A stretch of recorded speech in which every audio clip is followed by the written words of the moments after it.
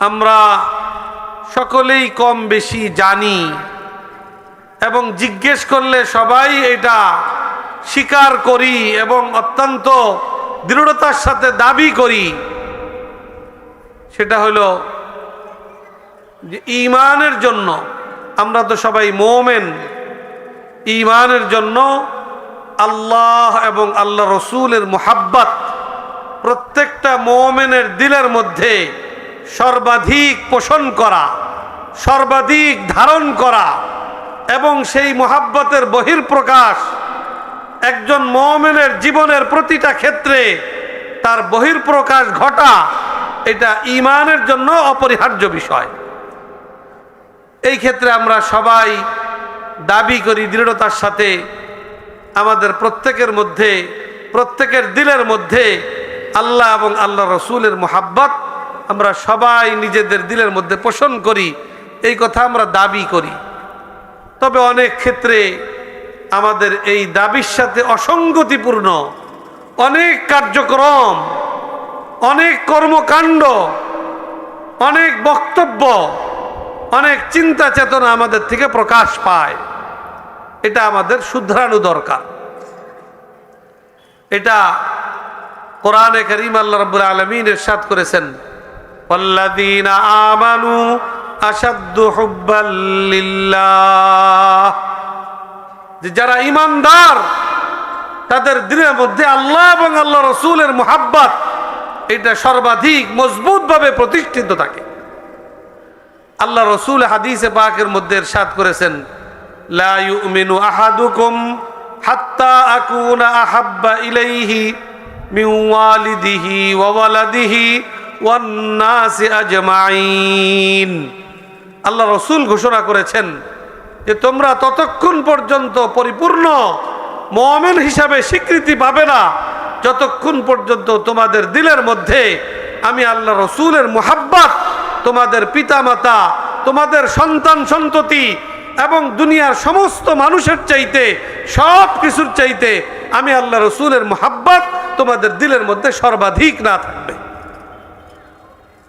কোরআনে কারিমে আল্লাহ পাক আরো বিস্তারিত ভাবে বলেছেন, কুল ইন কানা আবাউকুম ওয়া আবনাউকুম ওয়া ইখওয়ানুকুম ওয়া আজওয়াজুকুম ওয়া আশীরাতুকুম ওয়া আমওয়ালুন ইকতারাফতুমুহা ওয়া তিজারাতুন তাখশাউনা কাসাদাহা ওয়া মাসাকিনু তারযাউনাহা আহাব্বা ইলাইকুম মিনাল্লাহি ওয়া রাসূলিহি ওয়া জিহাদিন ফি সাবিলিহি ফাতারাব্বাসু হাত্তা ইয়াতিয়াল্লাহু বিআমরিহি ওয়াল্লাহু লা ইয়াহদিল কওমাল ফাসিকিন।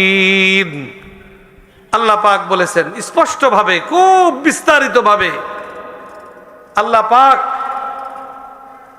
মানব জাতির মধ্যে সৃষ্টিগতভাবে মুহাব্বত এবং ভালোবাসা এটা আল্লাহ তাআলা দিয়ে রাখছেন। শুধু মানব জাতিই নয়, অন্য মাখলুকাতের মধ্যেও আল্লাহ তাআলা এই ভালোবাসার মুহাব্বত আল্লাহ তাআলা দিয়ে রেখেছেন। মুহাব্বত এবং ভালোবাসা আল্লাহ প্রদত্ত এক মহা নিয়ামত। এইটা যদি আল্লাহ পাক আমাদের মা বাবার অন্তরে না দিতেন, কোন সন্তান ভালোভাবে তার তারবিয়াত ইয়াফতা হওয়া, সে লালিত পালিত হওয়া এটা সম্ভবপর হইত না। আল্লাহ পাক এই মুহাব্বত আল্লাহ প্রদত্ত এক মহা নিয়ামত। এই মুহাব্বত কয়েক প্রকারের আছে। একটা হইল হুব্বে তবঈ, স্বভাবজাত ভালোবাসা এবং মুহাব্বত। এটা যেরকম সন্তানের প্রতি বাবা মার মুহাব্বত, বাবা মার প্রতি সন্তানের মুহাব্বত এবং ভালোবাসা, এটা আল্লাহ তাআলা মানব জাতির স্বভাবের মধ্যে, মাখলুকাতের স্বভাবের মধ্যে আল্লাহ পাক রেখে দিয়েছেন। এই জন্য আমরা দেখি একটা মুরগিও তার বাচ্চাকে কি করে, অনেক মুহাব্বত করে। তার কোনো একটা বাচ্চা এদিক সেদিক হয়ে যাক, সেটা সে সহজে বরদাস্ত করে না। যত প্রাণী আছে প্রত্যেকটা প্রাণী তার বাচ্চা এবং সন্তানের প্রতি তার ভালোবাসা এবং মোহাব্বত, এটা আমরা স্বচক্ষে প্রত্যক্ষ করি। আর এই ক্ষেত্রে মানব জাতি অনেক বেশি এগিয়ে। আল্লাহ পাক মার অন্তরে সন্তানের যে ভালোবাসা আর মোহাব্বত আল্লাহ পাক দিয়ে রেখেছেন, এটা আমাদের পক্ষে আসলে কল্পনা করাও, আমরা পুরো অনুভব করাও এটা সম্ভবপর নয়। শুধু মার একটা সন্তানকে লালিত পালিত করার জন্মের আগের থেকে মা সন্তানের জন্য কষ্ট শুরু করে এবং জীবনের শেষ মুহূর্ত পর্যন্ত সন্তানকে সে নিঃস্বার্থ ভালোবাসাই দিয়ে যায়। সন্তান মাকে কষ্ট দেয়, মা সেই ভালোবাসা দিয়ে সে কষ্টকে ভুলে যায়। তো যাই হোক, এটা হলো হুব্বে তবঈ, স্বভাবজাত ভালোবাসা। এটা আল্লাহ পাক মানুষের মধ্যে দিয়ে রেখেছেন। আরেকটা ভালোবাসা আছে হুব্বে আকলি, মানুষ তার বিবেক দিয়ে কিছু জিনিসকে ভালোবাসে। যেরকম টাকা পয়সার মোহাব্বত, এটা মানুষের মধ্যে আছে কিনা? আছে। তবে এই ভালোবাসাটা হইল বিবেকের দ্বারা। যার এখনো আকল বুদ্ধি হয় নাই, যার সেরকম জ্ঞান বুদ্ধি এখনো হয়নি, তার কাছে কিন্তু টাকা পয়সার ওই গুরুত্ব নাই যেই গুরুত্ব যার জ্ঞান বিবেক সম্পন্ন মানুষের কাছে যতটা তার গুরুত্ব রয়েছে। একটা ছোট্ট বাচ্চা যে এখনো জ্ঞান বুদ্ধিতে পরিপক্ক হয় নাই, তার হাতে যদি 1000 টাকার নোট থাকে আর আপনি যদি 1 টাকার একটা চকলেট তাকে লোভ দিয়া ওই 1000 টাকার নোট তার থেকে নিয়ে যেতে চান, এটা সম্ভবপর কিনা? কারণ ওই সন্তানের মধ্যে টাকার গুরুত্ব আর মোহাব্বত এটা তার ভিতরে নাই। কারণ টাকার ভালোবাসা আর মোহাব্বত আসে হইল জ্ঞান বিবেকের তাড়নায়। জ্ঞান বুদ্ধি যার মধ্যে নাই, তার কাছে টাকা পয়সার কি নাই? কোনো গুরুত্ব আর ভালোবাসা আর মোহাব্বত নাই। তো টাকারও একটা মোহাব্বত আছে, তবে সেটা হলো হুব্বে আকলি। আরেকটা মোহাব্বত আছে, সেই মোহাব্বতের নাম হলো হুব্বে ইমানি। হুব্বে ইমানি হলো ইমানের তাকাজা পূরণে ভালোবাসা। এই ভালোবাসার সামনে অনেক সময় মা বাপ তুচ্ছ হয়ে যায়, সন্তান তুচ্ছ হয়ে যায়। সাহাবায়ে কেরামের জিন্দেগির মধ্যে যদি আমরা লক্ষ্য করি, তা আমরা দেখতে পাই যে পিতামাতা, সন্তান সন্ততি আল্লাহ এবং আল্লাহ রসুলের মোকাবেলায় তাদের সামনে তুচ্ছ ছিল। কত যুদ্ধের কত ঘটনা। এবং আল্লাহ পাক কোরআনে পাকের মধ্যে এবং রসুলে পাক সাল্লাল্লাহু আলাইহি ওয়াসাল্লাম হাদিসে পাকের মাধ্যমে আমাদের উপরে আল্লাহ এবং আল্লাহ রসুলের ভালোবাসা এবং মোহাব্বতের যে দায় দায়িত্ব আমাদের উপর অর্পণ করেছেন, সেটা হলো হুব্বে ইমানি। এবং একজন মানুষ প্রকৃত মুমিন হওয়ার জন্য তার হুব্বে তবঈ এবং হুব্বে আকলি, স্বভাবজাত ভালোবাসা এবং জ্ঞান বিবেকের তাড়নায় ভালোবাসা, এই দুই ভালোবাসার চাইতে প্রকৃত মুমিন হওয়ার জন্য তার মধ্যে হুব্বে ইমানি অধিক পরিমাণে থাকা এটা অপরিহার্য বিষয়। যার ভিতরে এটা থাকবে না, দেখা যাবে একদিকে আল্লাহর বিধান, একদিকে আল্লাহ রসুলের সুন্নাত এবং আদর্শ, আরেকদিকে বাবা মার নির্দেশ, সন্তানের মায়া মমতা, আমি কোনটাকে প্রাধান্য দিব?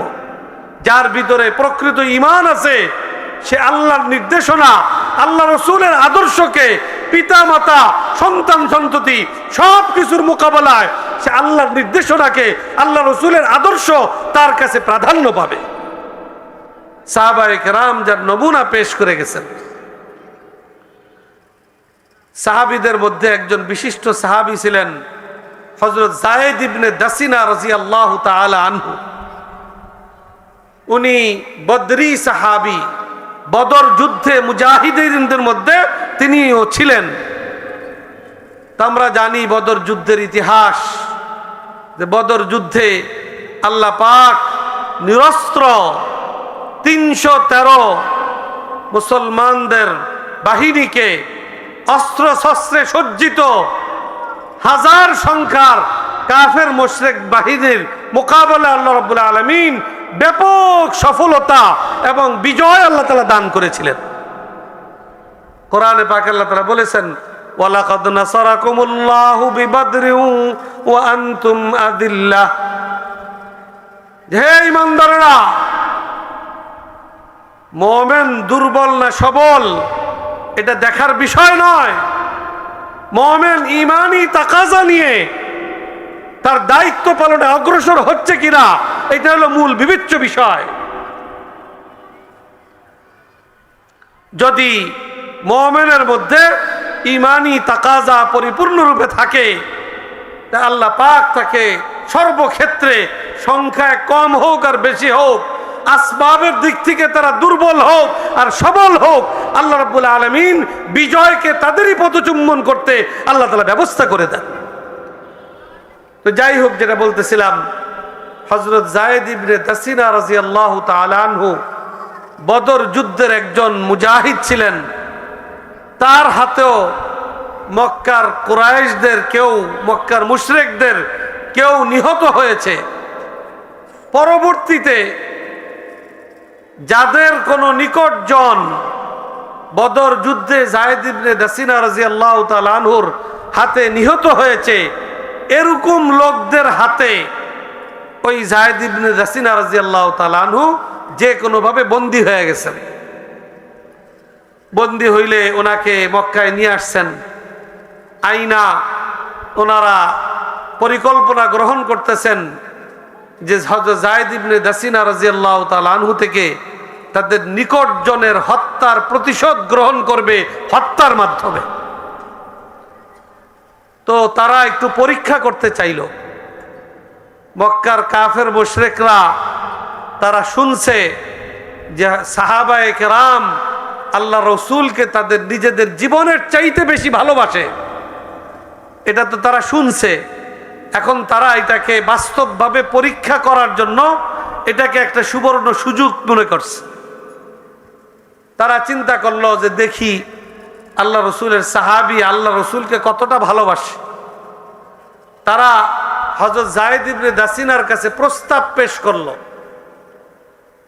যে তুমি তো এখন আমাদের হাতে বন্দী, আমরা চাইলেই তোমাকে আমরা হত্যা করতে পারবো। তো আমরা তোমার কাছে প্রস্তাব রাখছি যে তুমি শুধু এতটুক বিষয়ে সম্মতি জ্ঞাপন করবা যে তোমার স্থানে মুহাম্মদুর রাসূলুল্লাহ সাল্লাল্লাহু আলাইহি ওয়াসাল্লামকে আমরা হত্যা করব। ওনাকে তারা নাই, উনি তো আর আমাদের নিয়ন্ত্রণে নাই, কিন্তু তুমি শুধু এই কথাটুকুর উপরে সম্মত হইবা। এটা যদি হও তাইলে আমরা তোমাকে মুক্ত করে দিব। হযরত যায়েদ ইবনে দাসিনা রাদিয়াল্লাহু তাআলা আনহুর সম্মুখে যখন এই প্রস্তাব পেশ করা হয়েছে, হযরত যায়েদ ইবনে দাসিনা রাদিয়াল্লাহু তাআলা আনহু হুঙ্কার ছেড়ে তাদেরকে বলেছেন, স্পষ্ট ভাষায় জবাব দিয়েছেন, হযরত মুহাম্মদুর রাসূলুল্লাহ সাল্লাল্লাহু আলাইহি ওয়াসাল্লামের হত্যার ব্যাপারে সম্মতি জ্ঞাপন করা তো অনেক দূরের কথা, আল্লাহ রসুলের পায়ে একটা কাঁটা ফুটবে আর এর বিনিময়ে যায়েদ ইবনে দাসিনা তার জীবনকে রক্ষা করবে, এটাতেও যায়েদ ইবনে দাসিনা সম্মত নয়। এইভাবে হযরত যায়েদ ইবনে দাসিনা রাদিয়াল্লাহু তাআলা আনহু আল্লাহ রসুলের প্রতি তার ভালোবাসার প্রদর্শন, ভালোবাসার স্বীকৃতি ওই মক্কার কাফের মুশরিকদের সামনে স্পষ্ট ভাষায় তিনি ব্যক্ত করেছেন। এটা ছিল সাহাবায়ে কেরামের মধ্যে রসুল পাক সাল্লাল্লাহু আলাইহি ওয়াসাল্লামের মুহাব্বত এবং ভালোবাসার বহির্প্রকাশ। এগুলো আমাদের জন্য নমুনা, এগুলো আমাদের সামনে রাখতে হবে। অনেক সময় অনেক প্রতিকূল পরিস্থিতি আসে, আলহামদুলিল্লাহ প্রতিকূলতাকে কোনোভাবে কাটাইয়া অনুকূল পরিবেশের অপেক্ষায় থাইকা যখন অনুকূল পরিবেশ আসে তখন তো শুকরিয়া আদায় করা সহজ, কিন্তু প্রতিকূল পরিস্থিতিতে আদর্শের উপরে কঠিন পরিস্থিতিতেও আল্লাহ এবং আল্লাহ রসুলের পথে টিকে থাকা এটা অনেকের জন্য অনেক কষ্টকর, অনেক কঠিন। আলহামদুলিল্লাহ এখন বর্তমানে আমরা একটা অনুকূল পরিস্থিতি পরিবেশ আমরা পেয়েছি, অনুকূল পরিবেশের মধ্যে আমরা কাটাচ্ছি। বিগত দিনের পরিস্থিতিতে এমন ছিল, অনেক জায়গায় সিরাতুন নবী মাহফিল করাটাও অসম্ভবপর ছিল। আল্লাহ তাআলা একটা অনুকূল পরিবেশ দিয়েছেন। তো প্রতিকূলতার মধ্যেও ইসলামের উপরে, ঈমানের উপরে, আল্লাহ এবং আল্লাহ রসুলের ভালোবাসার উপরে, আল্লাহ এবং আল্লাহ রসুলের আদর্শের উপরে টিকে থাকা, ইস্তেকামতের সাথে থাকা, এটা হলো আল্লাহ এবং আল্লাহ রসুলের প্রতি মুহাব্বত এবং ভালোবাসা প্রদর্শনের মুখ্যম সুবর্ণ সুযোগ। আমাদেরকে সেটা নিজেদের মধ্যে ধারণ করতে হবে। আজকের এই আয়োজন প্রাইভেট মাদ্রাসা অ্যাসোসিয়েশন আশুলিয়ার পক্ষ থেকে। এইখানে ব্যাপকভাবে আমাদের মাদ্রাসার ছাত্র ভাইয়েরা উপস্থিত আছেন।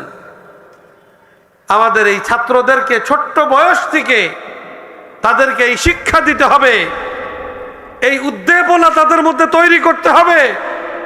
একজন মুমিনের সফলতা আল্লাহর জন্য, আল্লাহর দ্বীনের জন্য, আল্লাহর হাবিবের আদর্শকে সমুন্নত রাখার জন্য নিজের জীবনকে উৎসর্গ করতে পারা, এইটাই একজন মুমিনের চরম সফলতা। এগুলা তাদেরকে শিক্ষা দিতে হবে। ছোট বয়স থেকেই তাদের কচি দিলের মধ্যে এগুলাকে বসায় দিতে হবে। এটা আমাদের দায়িত্ব এবং কর্তব্য।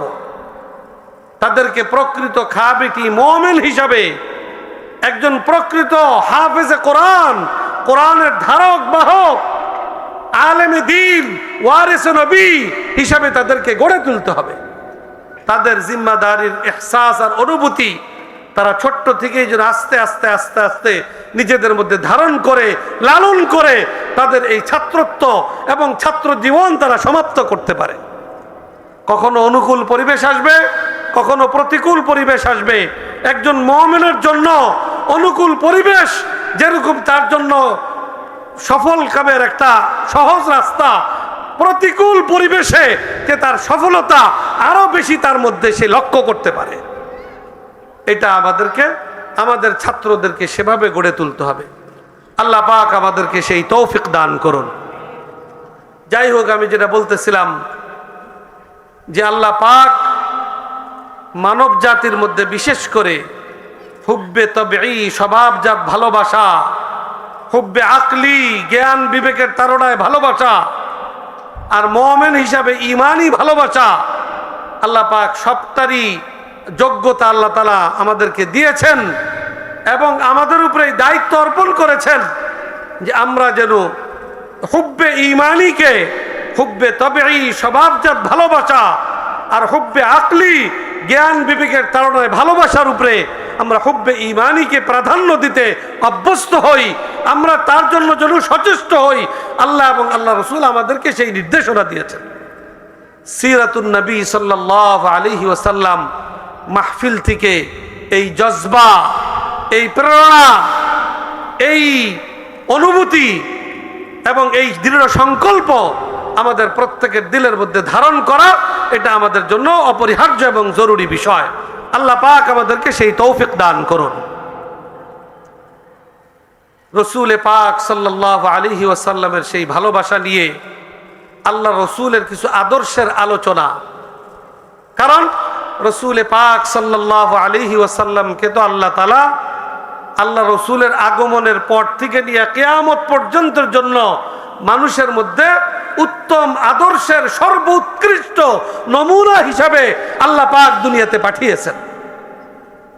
কোরআনে পাকের আয়াত, সুস্পষ্ট আয়াত, লাকাদ কানা লাকুম ফি রাসূলিল্লাহি উসওয়াতুন হাসানাহ লিমান কানা ইয়ারজুল্লাহা ওয়াল ইয়াউমাল আখির ওয়া যাকারাল্লাহা কাসীরা।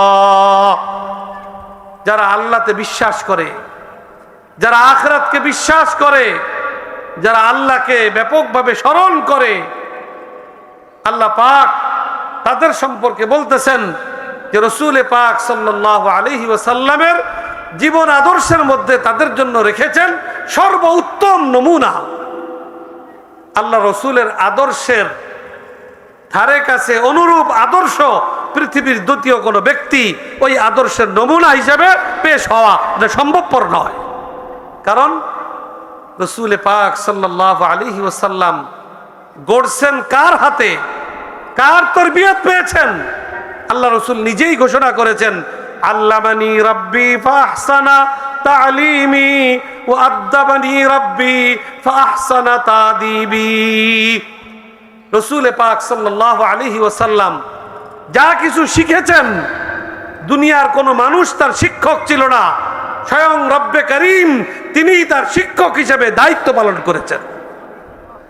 তিনি যত তরবিয়ত অর্জন করেছেন, তিনি চারিত্রিক সর্বোৎকৃষ্ট উৎকর্ষতা নিজের মধ্যে অর্জন করেছেন, এটার পিছনে মূল ভূমিকা স্বয়ং রব্বে করিমের।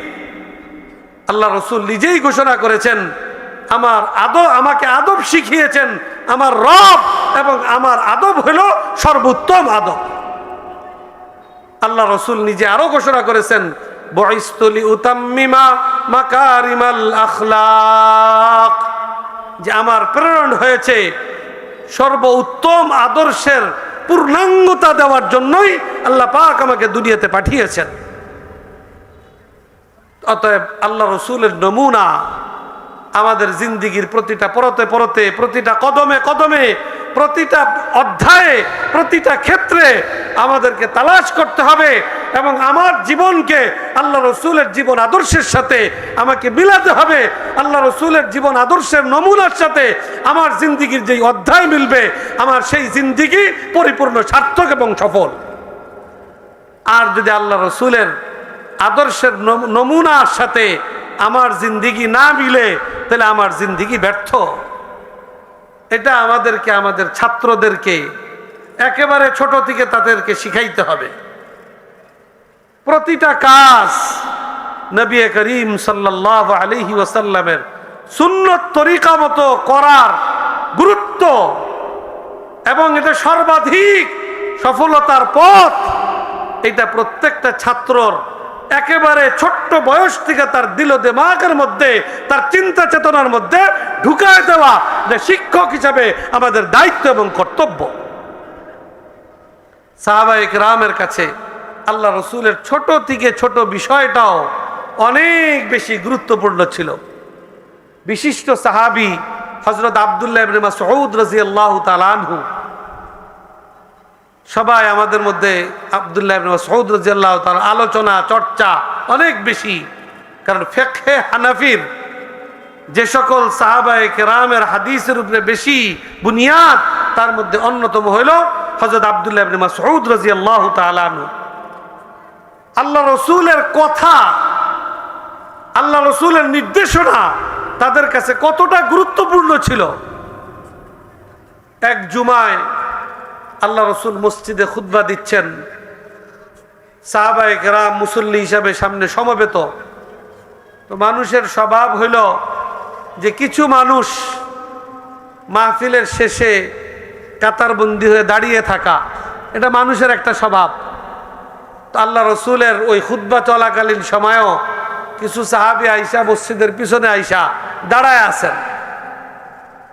তো রসুল পাক সাল্লাল্লাহু আলাইহি ওয়াসাল্লাম, কোন শ্রোতা যদি দাঁড়িয়ে থাকে তো বক্তার বক্তব্যের মধ্যে এটা অনেকটা সমস্যার সৃষ্টি করে, এবং শ্রোতাদের মনোযোগের মধ্যেও ব্যাঘাত ঘটায়।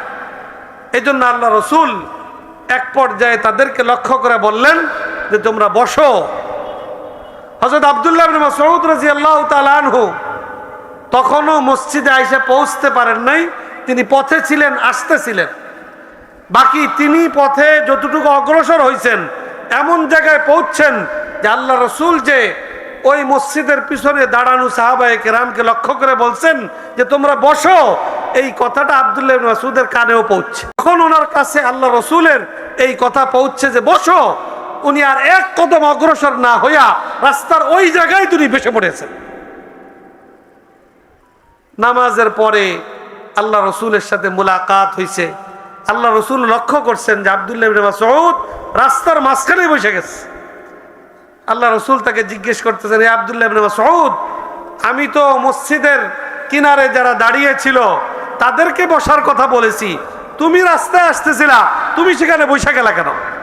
হযরত আব্দুল্লাহ ইবনে মাসউদ রাদিয়াল্লাহু তাআলা আনহু আল্লাহ রসুলের এই প্রশ্নের উত্তরে জবাবে বললেন, ইয়া রাসূলুল্লাহ, আপনার জবানের কথা বসো, এটা আমার কানে আসবে আর আমি এক কদম অগ্রসর হব, এটা আমার পক্ষে সম্ভবপর নয়। আব্দুল্লাহ ইবনে মাসউদের পক্ষে সম্ভবপর নয়। এটা ছিল সাহাবায়ে কেরামের আল্লাহ রসুলের প্রত্যেকটা কথাকে সর্বোচ্চ গুরুত্ব দেওয়ার আদর্শ নমুনা হইল সাহাবায়ে কেরামের জিন্দেগি। একজন বিশিষ্ট সাহাবী হুযায়ফা ইবনুল ইয়ামান রাদিয়াল্লাহু তাআলা আনহু, উনি ইরান বিজয়কারী সাহাবায়ে কেরামের মধ্যে অন্যতম নেতৃত্ব দানকারী সাহাবী ছিলেন। তিনি ইরানে যে আক্রমণ করেছেন, তো তখন ইরানের বাদশাহ কিসরা ওনার সাথে আলোচনার জন্য রাজ দরবারে ওনাকে খবর দিছেন। উনি আসছেন, উনি আসার পরে রাজ দরবারে আইসা বসছেন। বসার পরে রাজকীয় মেহমানদারি ওনার সামনে পেশ করা হয়েছে। তো আল্লাহ রসুলের একটা নির্দেশনা এবং আদর্শ ছিল, খানা খাওয়ার সময় খানার কোনো অংশ বিশেষ, কোনো লোকমা, কোনো টুকরা যদি মাটিতে পড়ে যায় তাহলে সেটাকে পরিষ্কার করে আবার খাওয়া, এটা হলো আল্লাহ রসুলের আদর্শ। হুযায়ফা ইবনুল ইয়ামান রাদিয়াল্লাহু তাআলা আনহু, তিনি রাজকীয় দরবারে বসে নাস্তা গ্রহণ করছেন। ওনার হাত থেকে একটা টুকরা মাটিতে পড়ে গেছে, উনি ওইটা উঠাইয়া খাওয়ার প্রস্তুতি নিচ্ছেন। ওনার পাশে যে বসা ছিল কোনই দিয়া ওনাকে ধাক্কা দিয়া সতর্ক করার চেষ্টা করছেন যে মাটির থেকে উঠিয়ে খানা খাওয়ার জায়গা এটা না। ওনাকে বুঝাইতে চাইছেন যে সবসময় খান ঠিক আছে, তবে এই দরবারটা রাজ দরবার, আপনি যদি মাটির থেকে উঠাইয়া এরকম খানা খান তাহলে মনে করবে যে এরা মনে হয় জিন্দিগিতে ভালো কোনো খাবার চোখে দেখে না, এই জন্য ভালো খাবার পাইয়া মাটির ময়লা চয়লাও খাওয়া শুরু করছে। এইরকম একটা দৃষ্টি আকর্ষণ তার পাশের লোক হযরত হুযায়ফা ইবনুল ইয়ামান রাদিয়াল্লাহু তাআলা আনহুকে করার চেষ্টা করেছে। হুযায়ফা ইবনুল ইয়ামান অত্যন্ত দৃঢ়তার সাথে এ কথা জবাবে বলেছেন, আতরুকু সুন্নাত রাসূলিল্লাহি সাল্লাল্লাহু আলাইহি ওয়াসাল্লাম লিহাউলাইল হুমাকা। তুমি আমাকে এই পরামর্শ দিচ্ছ যে আমি আমার হাবিব, যাকে আমি আমার প্রাণের চাইতে বেশি ভালোবাসি, যার আদর্শের অনুসরণ আমার দুনিয়া এবং আখিরাতের সফলতার একমাত্র গ্যারান্টি এবং পথ, সেই হাবিবের সুন্নাত আমি পরিত্যাগ করব, এই সকল আহমকদের কারণে এটা আমার পক্ষে কখনো সম্ভবপর নয়।